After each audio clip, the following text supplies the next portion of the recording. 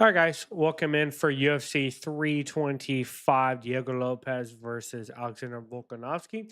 We are going to keep this one pretty short and sweet, to be honest. A lot of these fighters, when I was looking through it this past week, I just don't know a lot of them. Maybe you guys do, and you can tell me some good stories or some good facts and unknown stuff that a lot of us just haven't heard about. But a lot of these fighters are fresh and new, and this is coming off of UFC 324 with Patty Pimblett versus Justin Gaethje was an amazing fight.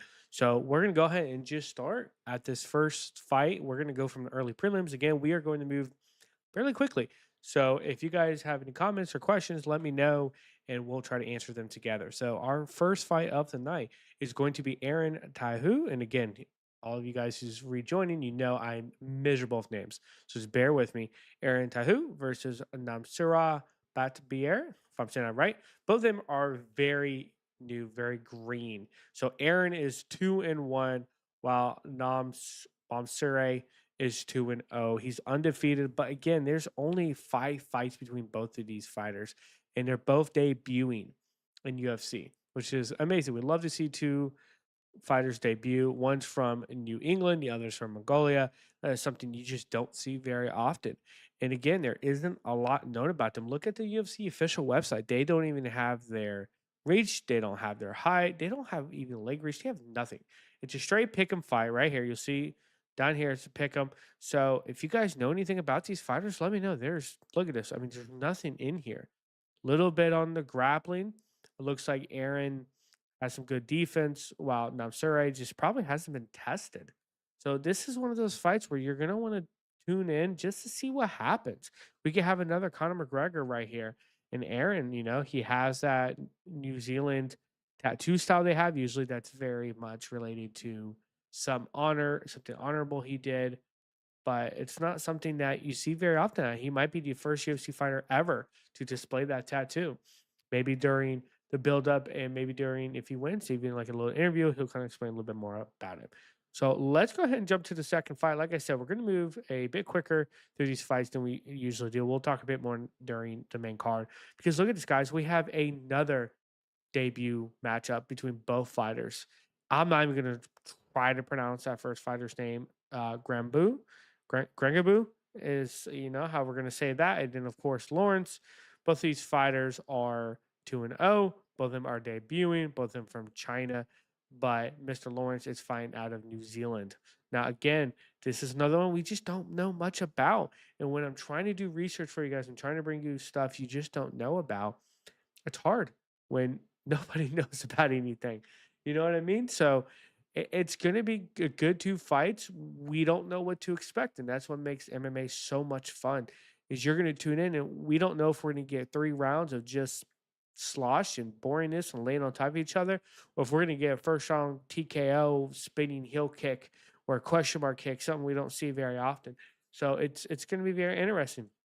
Let's move on into the third fight of the night. And again, we're going back to another really just unknown fighters. I mean, all these prelims are just seeming like unknown fighters, straight pick'ems. Both of them are 2-0. One's from Japan, one from Australia. Again, I'm sorry, guys. I want to bring more to you, but there just isn't a lot known about these fighters. These fighters are both debuting in the UFC. So the first 3 matches so far of the card are all debuting UFC fighters. It's very fun. That's going to be exciting. Trust me, I'm going to be checking in. I think it starts at 5:30. I want to say.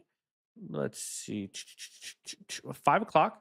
So I mean, I don't know if any of you guys watch WWE, but WWE's Royal Rumble is this Saturday at 2 p.m. So I will be watching that, and then probably immediately when Royal Rumble ends, you got the UFC early prelim starting again on Paramount Plus. Guys, don't forget that you no longer need to have a massive pay per view buyout, payout, pay in, however you want to view it. We don't need that anymore, which is amazing.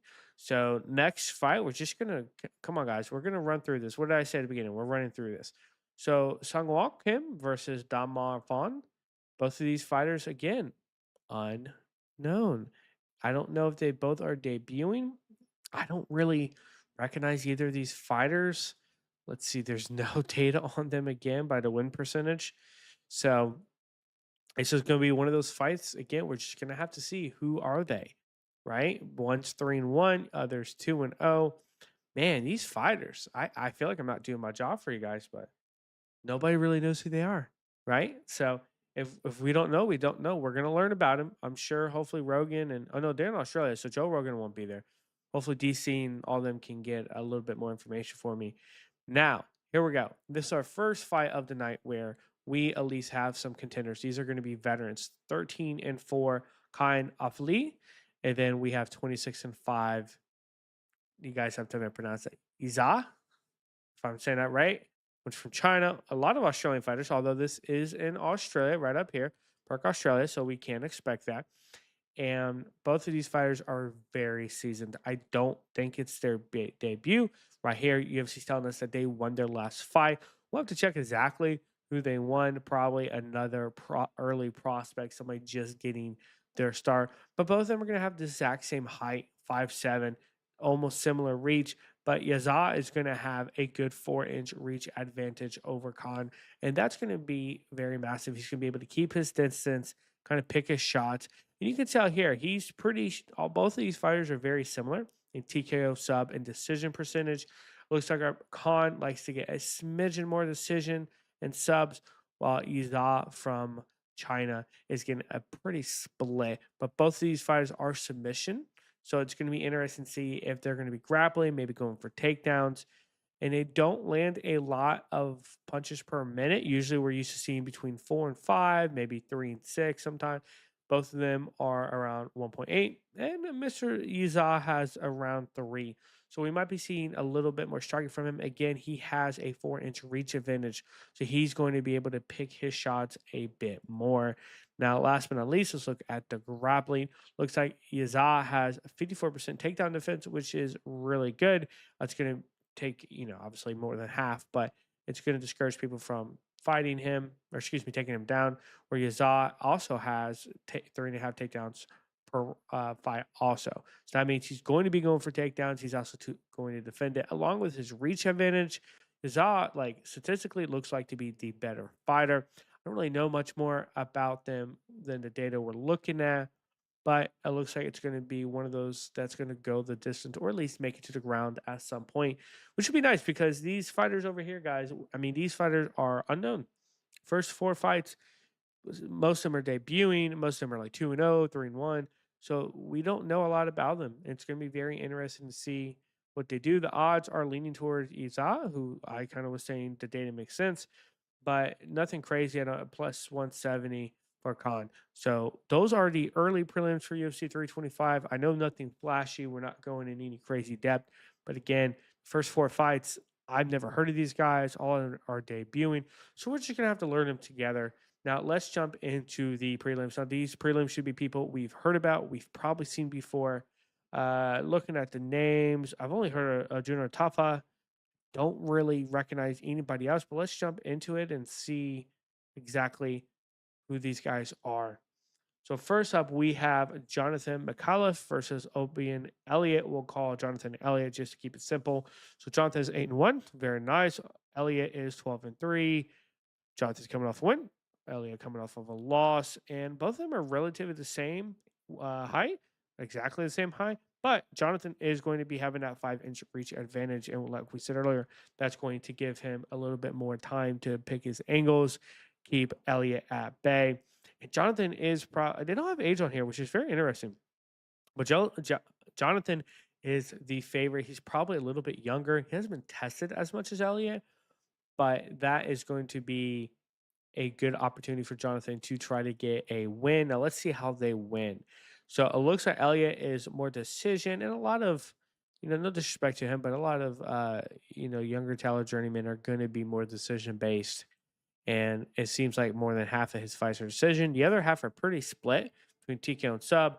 Now Jonathan, who has a couple less fights than he has, is relatively split between KO, sub, and decision. I would say leaning probably towards this fight going full 3 rounds.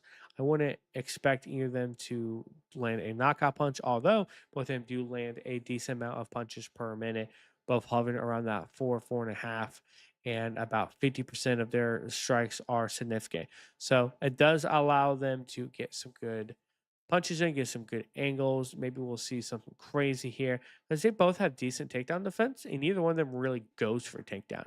Looks like each one of them goes for maybe one, maybe two takedowns a match, which isn't that much. It might sound like a lot, but just going for a takedown just really isn't that common with these fighters. And looks like their submission average isn't very high either.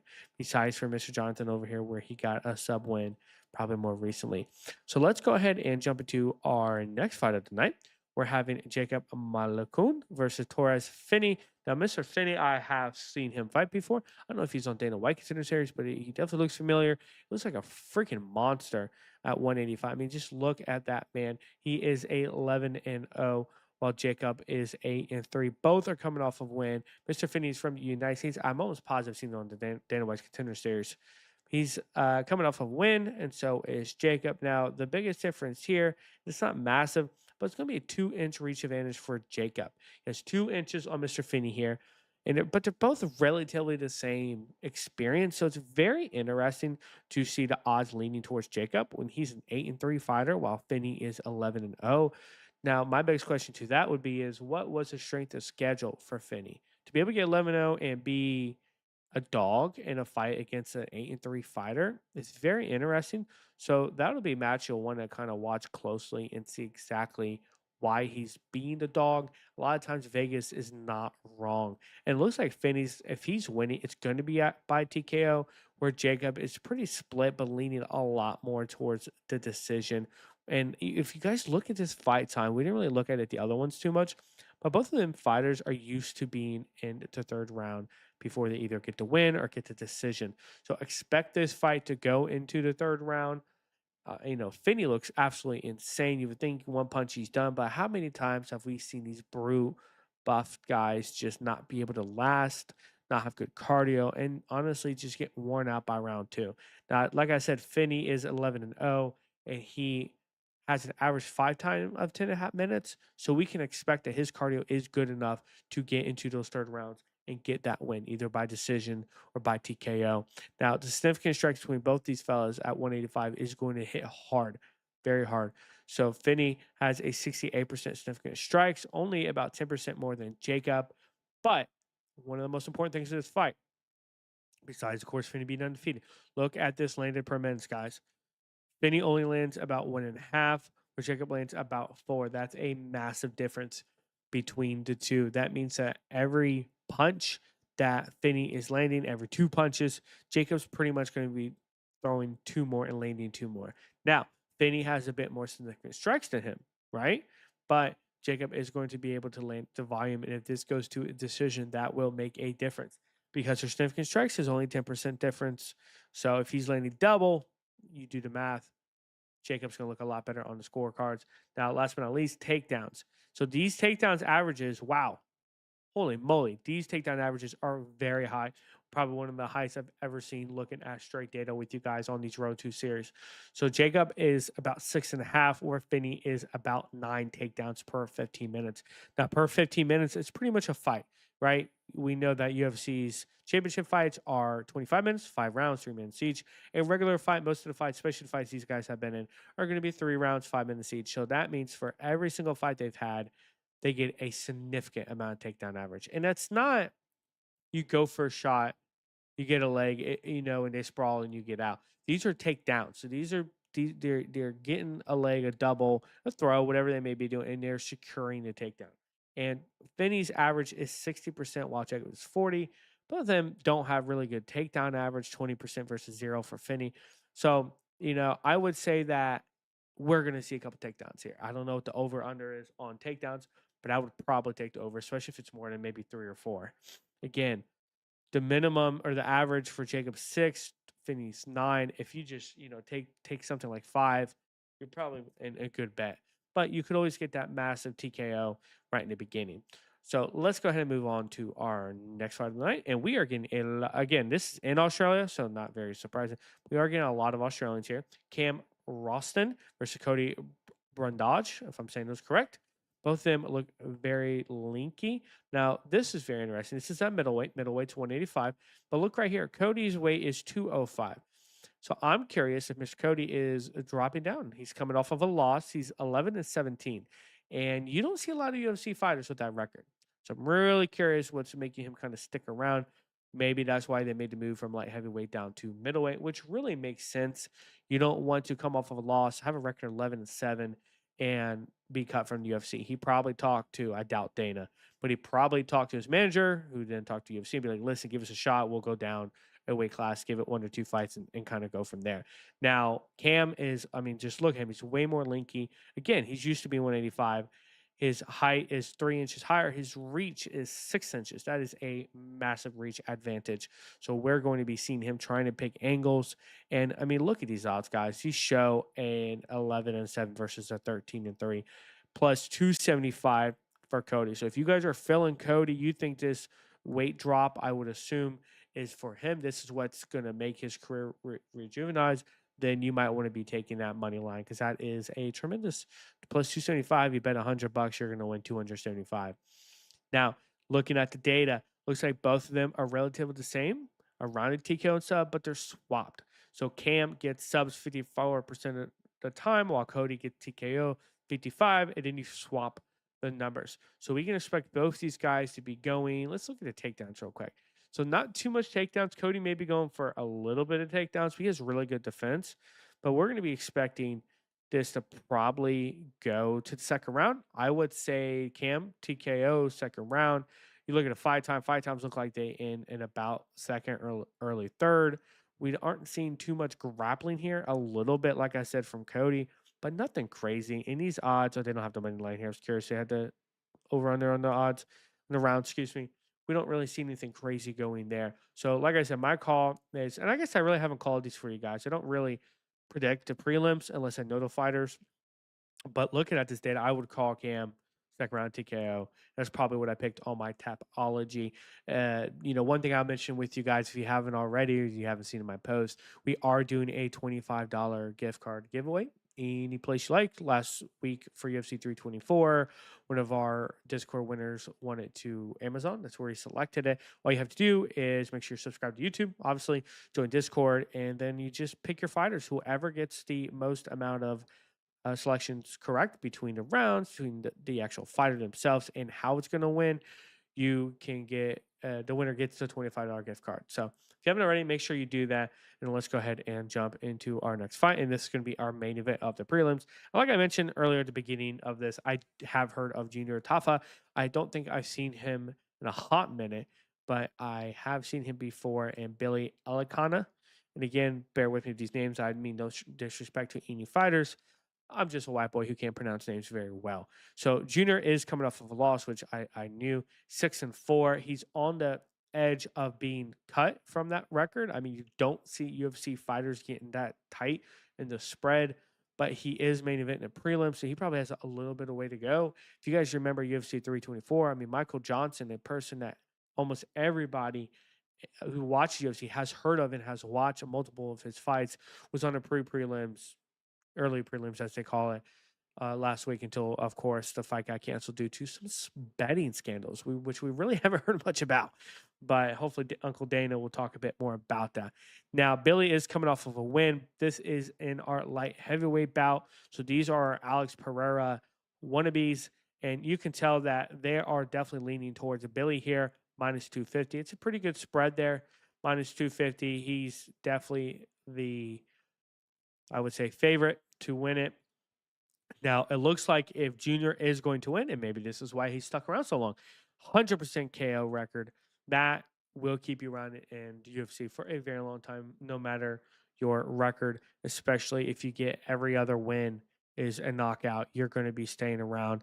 And it looks like Billy is right down split, gets a smidgen more decisions with 44%, but KO and subs are going to be relatively the same. Significant strikes are pretty similar too. Neither one of them throw a tremendous amount of lands per minute, but it's probably more significant. And remember, the bigger they are, usually the less they throw, but the harder they throw, right? So flyweights, they're going to be in 6s and 7s and 8s, but they're also not going to be as powerful as this. Junior can throw 2, 3 punches that equals 10 of the flyweights. And last but not least, look at the takedown. Looks like Junior has a pretty good defense at almost 70%, while Billy has 0%. But Mr. Junior has not landed a single takedown. Now, what does that mean?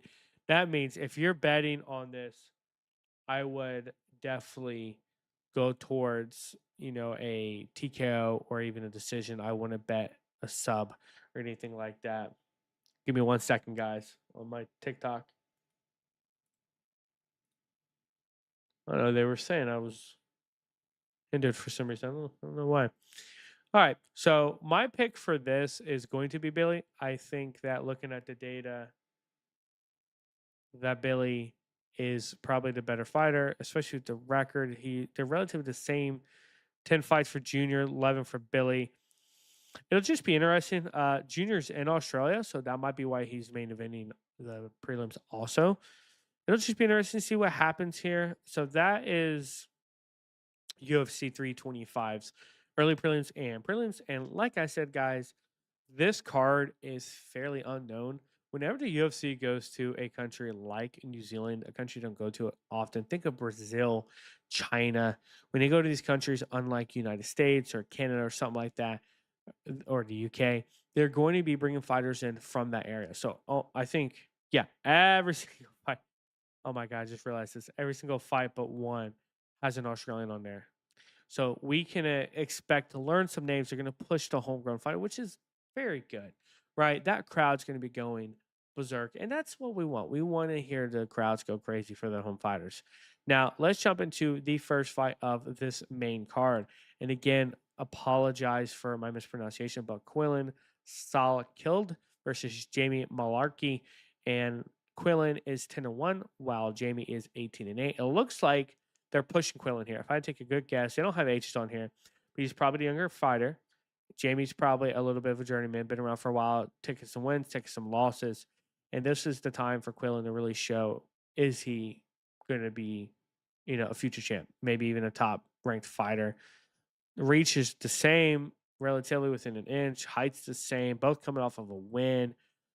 The win percentages are relatively the same here too. You can see 56% for Jamie, so he's a bit more TKO KO wins, but it looks like our boy Quillen has more subs at 30% versus 17. While the significant strikes and land per minute, as I said, the lighter you get, the more strikes you see. Both of them land a tremendous amount, one of the highest we've seen on this card. Quillen is at 5.5, while Jamie's right around 4%, and significant strikes, both of them are relatively at 50%. So we can see Quillen landing a bit more shots, but overall, this looks to be a pretty tight. Let's see here now, except for takedowns. Interesting. So if you look at takedowns, Quillen's takedown defense is 100%, while Jamie's is 80%. Both are very high takedown defenses. Wow. Excuse me. While Quillen is at 8 takedowns per fight versus Jamie's 2. So that tells me that Quillen is going to be going for the takedown, while Jamie is going to be able to defend it or at least try. So it'll be very interesting to see what happens here. I would almost put money on this going to full 3 rounds. I don't think Quillen's going to be able to stop Jamie. He's been around for a while for a reason. Both their fight times are kind of high, nothing crazy. Looks like they go into the second or third round for the most part. So it'll be interesting to see what happens here. I would say Quillen by decision. I want to say. Yeah, I was Quillen by decision, but I could easily see either one of them getting a sneaky TKO or even get on top and getting a ground and pound with a good takedown. Now, here are two fighters that are very popular, especially Taya Tuivasa. We haven't seen him in a while. He's the one that drinks the beer off the shoe. He hasn't really had a good last few fights. I don't remember his last fight. Let me know if you guys do. But he's 15-8, while Tolson is 8-1. Both are coming off of a loss. Both are in a heavyweight division. Both are pretty much max weight. Tuivasa is 265. Tolson is 258. Now, the biggest difference here is going to be Teixeira's reach. So he has an 8-inch reach advantage on Tuivasa. And you can see that on a lot of the heavyweights. Tuivasa looks kind of short, kind of like a Roy Nelson, just kind of big and bulky. It has kind of that one-shot knockout power. And I mean, these numbers say for it all. Tuivasa is 93% TKO. Lawson is 88%. So that tells me that if it's not going to a decision, more than likely we're going to be getting a TKO or knockout here. And with heavyweights, you never want to put money past round 2.5, right? Most over unders is like a round and a half. That's kind of where I would say I would expect a first round TKO. I don't really know who I'm leaning towards. I know Tuivasa hasn't had a really good spell in a while, but he has 23 fights versus Talison's 9.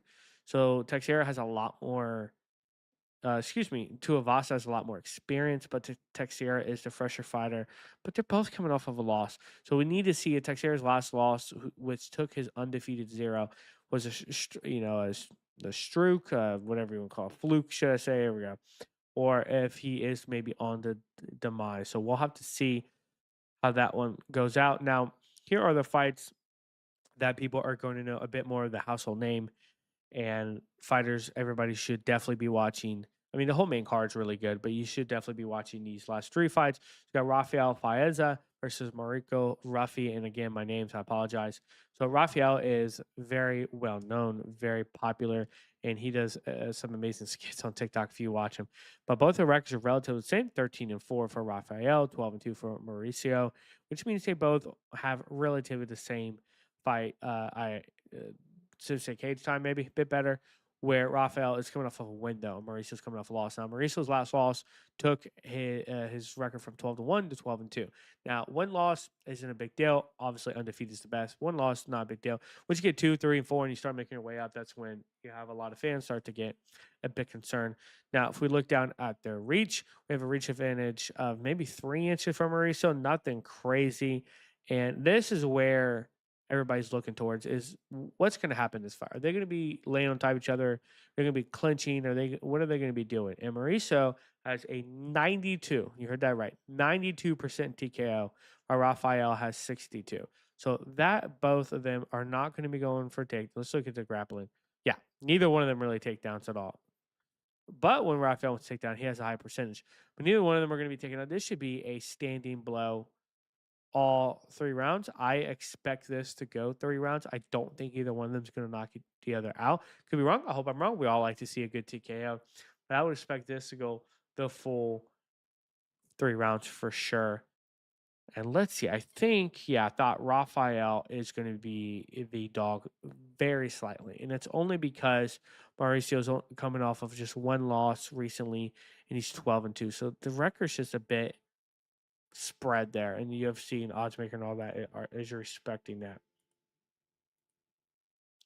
Now let's look at probably my sleeper for the match. Besides, although I mean Alexander Volkanovski versus Diego Lopez is going to be crazy, we know that. But Dan Hooker versus Benoit Saint Denis is going to be amazing. I'm a big Dan Hooker fan. I've been with him through all his tattoos through the years, and he's had some amazing wins and some unfortunate losses. But he's starting to get on that side where I know he fought for a belt or in a belt not too recently, but that record is starting to look a bit of a journeyman at 24-13, while saying, I'll just say Benoit. Benoit at 16-3 is starting to become more of a rising candidate, and he's coming off of a win. Now, both these fighters are relatively the same height within the inch, relatively the same reach. So I wouldn't expect anything too crazy coming out of, not crazy, let me phrase it. I don't expect any lopsided win or defeat here. It looks like Dan Hooker is a massive underdog, which is a bit surprising because I know he fought for a belt not too terribly long ago. Maybe it's longer than I remember. But Benoit is a big favorite. He had a fight, I think, late last year. He just looked like a monster. I think he took the guy out in like a few seconds. And, Benoit also gets some good subs here. Let's look at the data. So Hooker is pretty relatively the split, has a bit more KOs, while Benoit has no decisions at all, 0%. And he either wins by sub at 70% or at TKO at 31%. So we can expect, let's look at the grappling. So here we go. I didn't think Hooker did takedowns really. So Hooker reminds me of like a Sean O'Malley, always circling the octagon, picking angles, trying to get shots off. Benoit is, I'm sure, going to do the same, but he's going to be looking for takedowns a bit more because remember, if we go by the win by, he wins by submission 70% of the time. So we can expect Hooker to want to it's kind of going to be like an O'Malley versus Marab. Maybe not quite Marab with Benoit, because I expect Benoit to kind of keep more striking than Marab probably does. But Benoit's going to be looking for that takedown. He's going to be looking to get that submission. Now we don't know what type of submission. We could see a simple rear naked choke. We could see something like a Darth choke, or we all love a good arm bar. But I do expect Benoit to be going in there, going for a takedown against an elite striker like Hooker, and just he wants to finish this quick. He's not needing, he's already making a name for himself, but he needs to get in that championship language talk, should I say. And that's what's going to be coming up next, especially when you get a good finish against Hooker. Now, our main event of 325. If you guys haven't already, make sure to drop a like and subscribe while we look at Alexander Volkanovski versus Diego Lopez 2. So this is the second matchup, and comment below who saw that first matchup. I forgot what UFC it was, which pay-per-view, but it was absolutely insane. Volkanovski is one of those fighters where he's had some tough losses recently, right? I think he was like 27 or 25 and 0 at one point. Tried to go for a double belt, I think twice, wasn't able to get it. Last minute replacement, stuff like that. So you really can't take that forward too crazy. But he won against Diego Lopez in a spectacular way. I just rewatched the fight not too long ago. UFC uploaded it on YouTube for free. So if you haven't, check it out before you check the main event. But it has been an amazing build up to this. Volkanovski and his Instagram, TikTok with his cooking with Volk. I love the channel. I love looking at how he's kind of keeping his stuff going. Diego Lopez, I don't know a terrible much about him. Obviously, I know he's trying to get champ. He just hasn't really said championship status to me. I don't know if he's really earn this next spot. I know a lot of us did not want him to fight Volkanovski next because Volk dominated that first fight in my opinion, at least, especially the win. But one of the things that's very interesting is going to be the reach advantage, right? Volk is known for being short. He's 5'6". Diego Lopez is 5'11". Both are coming off of a win, obviously, and the reach advantage is relatively the same, which is what's interesting. So Diego Lopez has a 5-inch reach, excuse me, 5-inch height advantage on Volk, but the reach is relatively the same at just an inch difference. Now, if we look at how they win, Volk is either going to knock your ass out or he's going to win by decision. Diego Lopez is a little bit different. He's either going to knock you out or he's going to get you in a submission, which obviously we've all seen that before. Now, their grappling is low. Neither one of them are going to be going for a lot of shots, and they didn't do it in the first one either.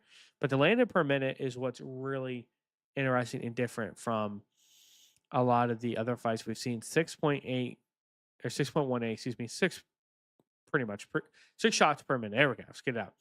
Is one of the highest we've seen of the entire card. And Diego Lopez is at 4, which again is high, but not quite like 6 like Volkanovski. Volkanovski is known for going in there, being nonstop, almost like Murad, just constant going and being able to, out cardio them, out box them, out, grapple, all that good stuff.